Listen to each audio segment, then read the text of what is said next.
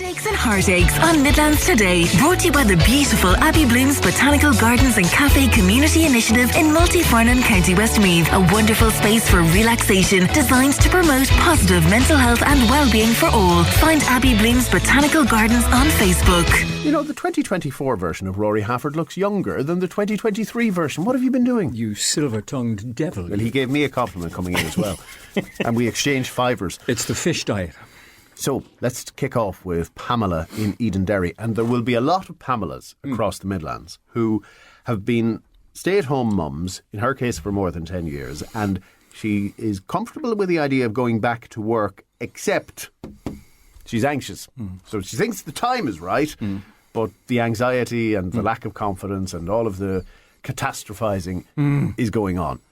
She has an interview lined up for next week and she is nervous. Help! Yeah, well, look, is there any surprise in any of that? Because we've all been through it at one stage or another. She's anxious because it's new. It's different. It's different. And if you are stay at home for the past 10 years, your life is habitual. You know, you get up, you wear the same clothes, you go do the same things. This is completely new. But here's the thing. Before she knows it, the newness will grow stale in the brain. So it'll all become old and she'll fall into a new habitual way of being in the world. But as human beings, we stress about what we don't know. And to use your word, catastrophize a future that we have no evidence to find any fault with. So it's an ancient safety mechanism that we go, okay, what if this happens? And most people do this. But the issue I have with that is if you put something into your mind and leave it there for long enough, it becomes a belief. It's not just a yera. It becomes an actual belief. So you have to be we're careful now about what we put into our mouths, what we feed ourselves. But it's the same with the thought process. What you put into your mind will actually dictate how your reality is going to be viewed. And the problem with people trying to anticipate stuff that goes wrong is that they manifest, not intentionally, but they manifest negative stuff, which makes it more difficult for the positive stuff to happen because your antennae is just up for that which is negative. Do you know what a real fear is? Rejection. Wow. And this happens when there is an interview pending. Because think about it, Will, and we've all been through it. You have 2, 3, 4, 10 people. In the medical interviews, there's a small army on the other side of the table. And we go in there with one thing in our mind. I have to sell myself. It's the wrong thing completely. Because firstly, and I hope Pamela is listening to this because it'll help her for the interview process itself. It's not about you. In modern day Ireland, it's actually about them. The interviews for the interview panel, because if they hire or choose the wrong person, it reflects on them. Okay? So it's not really about you. It's about them, which brings us to the trick when it comes to the interview process itself. Interviews now in Ireland are run by a system called competency-based. So it's basically 5 to 6 things that are essential for the job. So if you were interviewing for your own job today, what would the fit be? You'd have to be able to talk. You'd have to be able to think on your feet. And you'd have to have a nice enough personality that people would connect with you.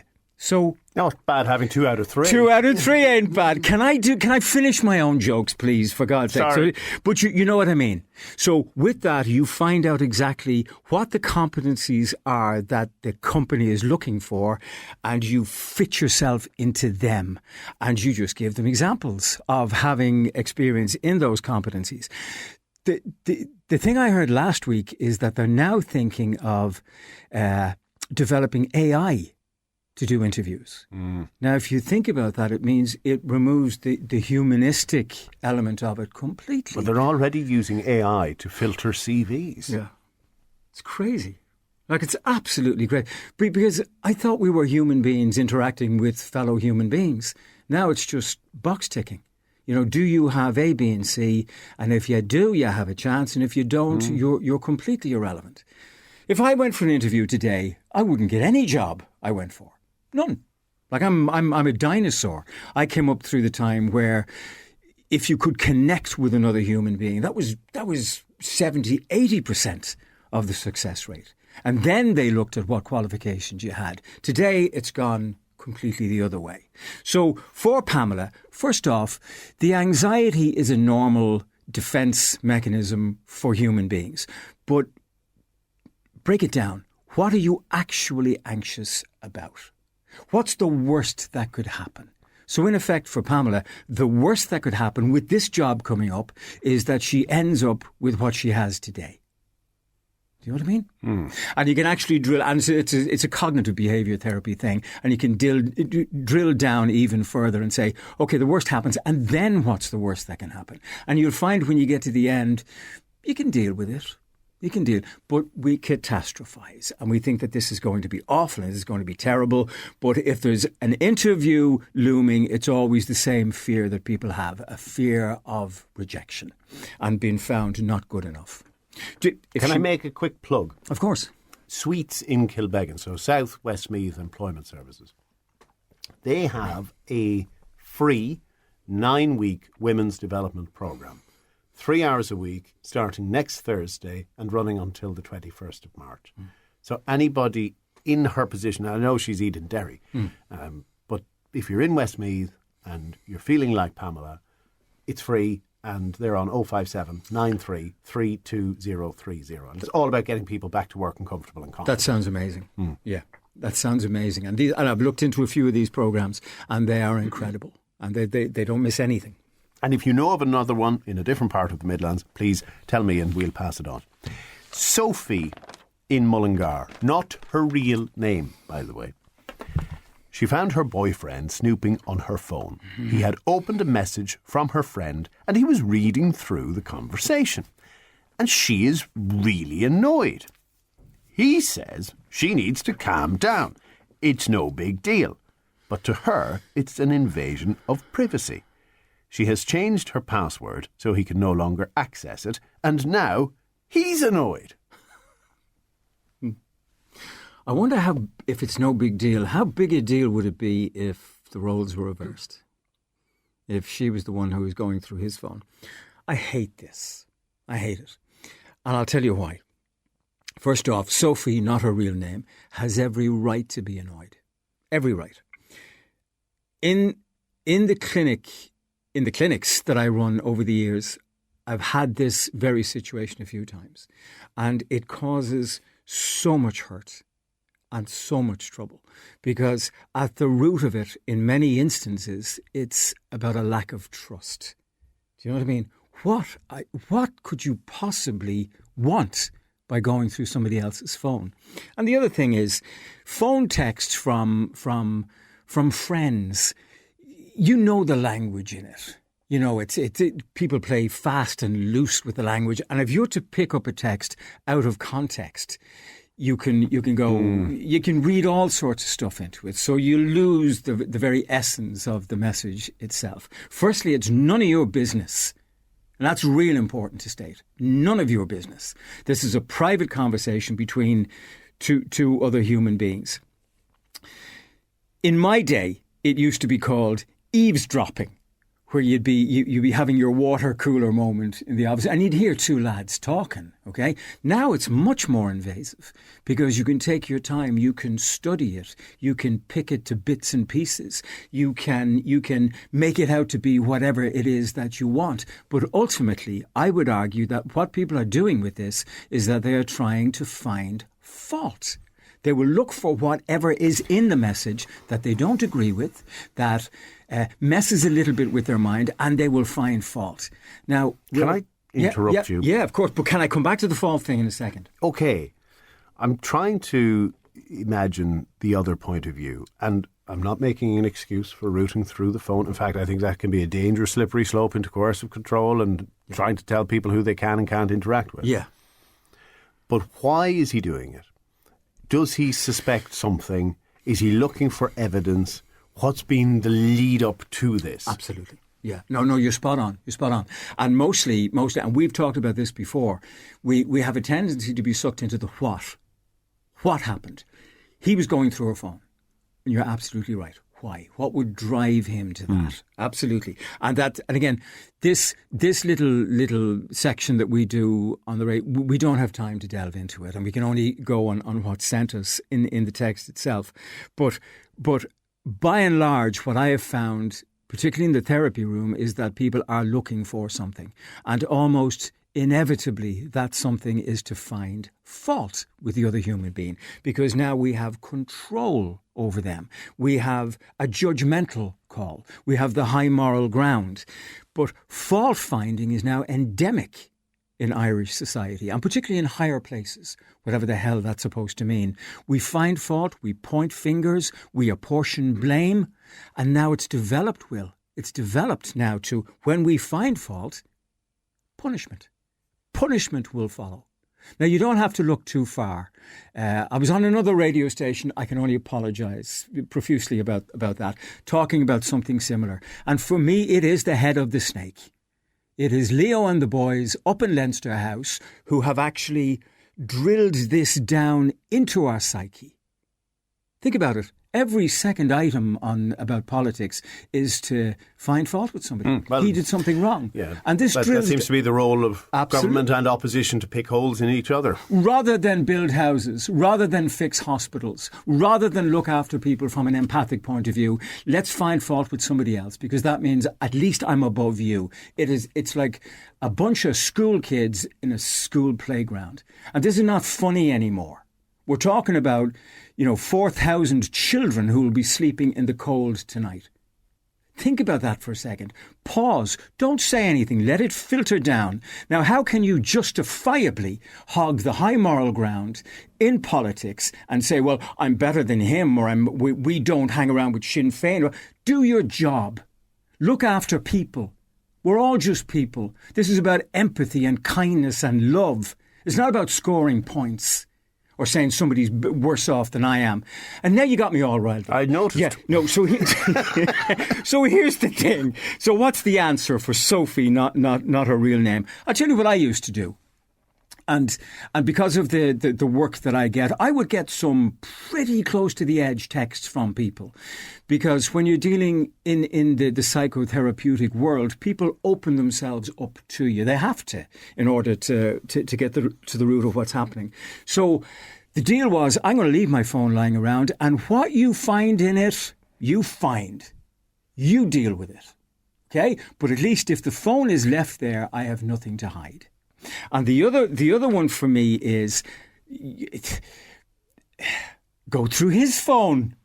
Seriously, go through his. Yeah, well, it's good for the goose. Yeah, it's good for the gander. But finally, Will, on this, from a psychological point of view, what this guy could be doing is simply transferring his own fears or his own weaknesses onto Sophie. For the record, based on the listeners who've gotten in touch, no sympathy for the boyfriend.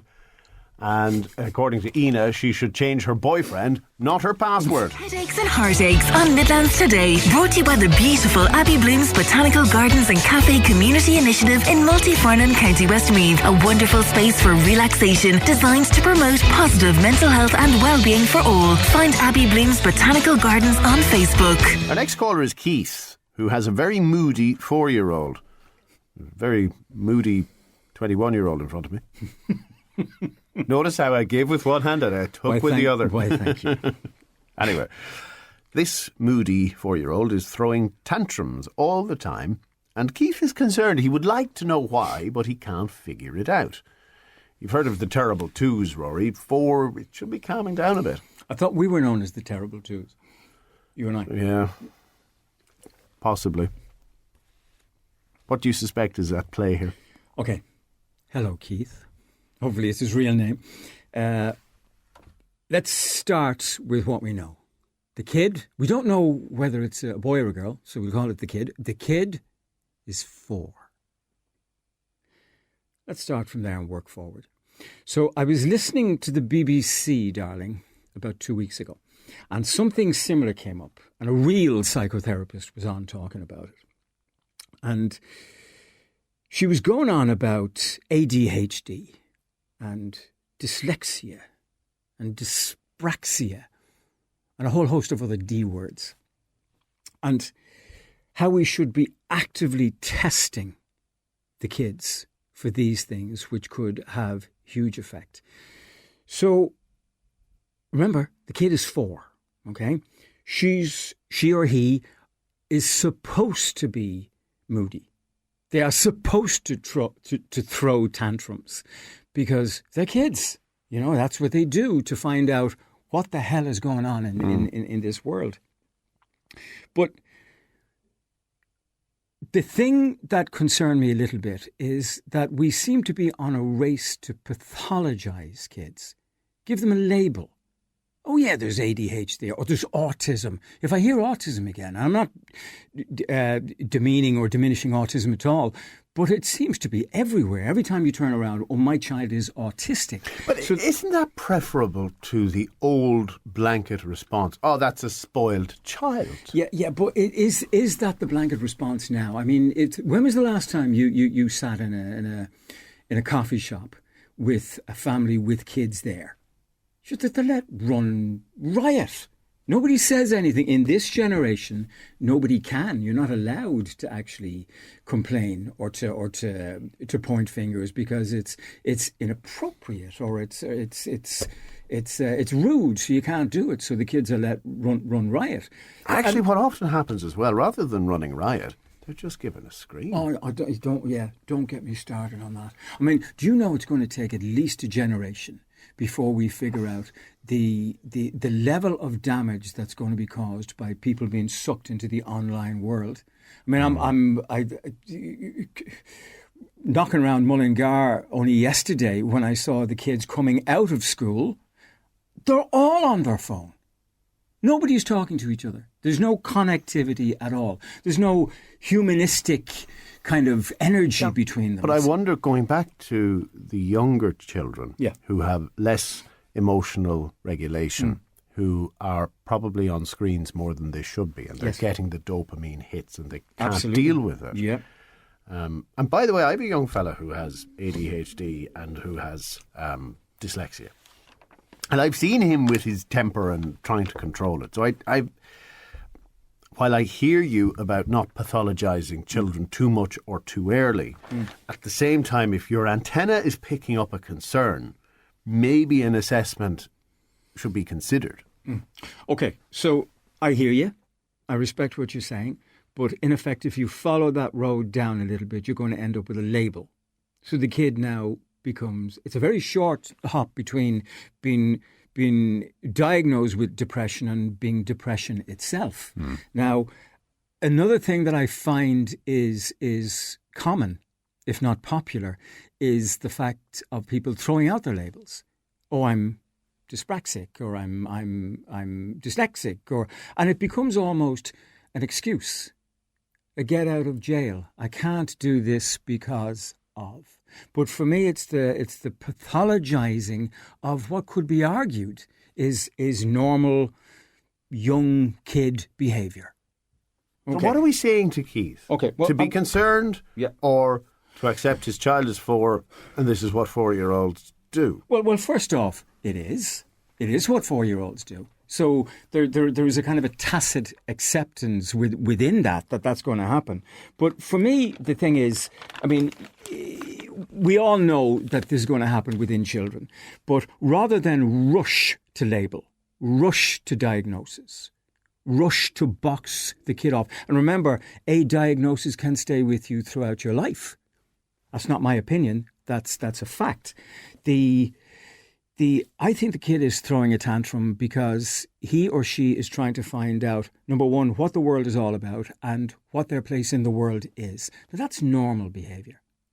We're born with that stuff. If I had some advice for Keith, I wouldn't say don't do it.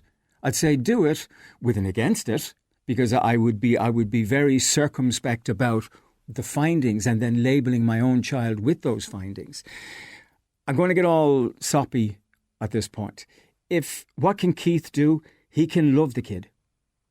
not in spite of the tantrums, and they're clearly affecting him, not in spite of them, but because of them. Because each one of us is unique, and there is a unique kind of behaviour happening now with this child. So for me, 4 years old, give it a bit of space, give it a bit of time, and see actually what develops. Yeah. Because and sometimes the hug disarms far more than the scolding. I agree with you on that. Old school human contact, Will. We're over time. I know. But there is a quick item we can't deal with today, and Michelle is devastated because her doggy of 13 years has disappeared. And she's crying and she's lost and she's devastated. Yeah, and I can get it. We were talking about the human aspect just before this. To me, you know what? Dogs are the epitome of unconditional acceptance. A dog doesn't go, oh, your hair's a bit long, or I don't like you with that beard on you. They just love you unconditionally. So in great part, she would be missing that. Here's the thing. You know that I wrote a book 2 years ago now called The Millie Diaries, which was about my dog. So I've brought a copy in. It's with the lovely Sinead. And Michelle is more than welcome to contact the station, get the book, read it, and see what the effects of it will be. Excellent. And then we can follow up. Rory, thank you very much. You will find Rory Hafford at the Lusnagrena Family Resource Centre in Longford, and he is a psychotherapist and author, which he frequently mentions. Headaches and heartaches on Midlands Today. Brought to you by the beautiful Abbey Blooms Botanical Gardens and Cafe Community Initiative in Multifarnon, County Westmeath. A wonderful space for relaxation designed to promote positive mental health and well-being for all. Find Abbey Blooms Botanical Gardens on Facebook.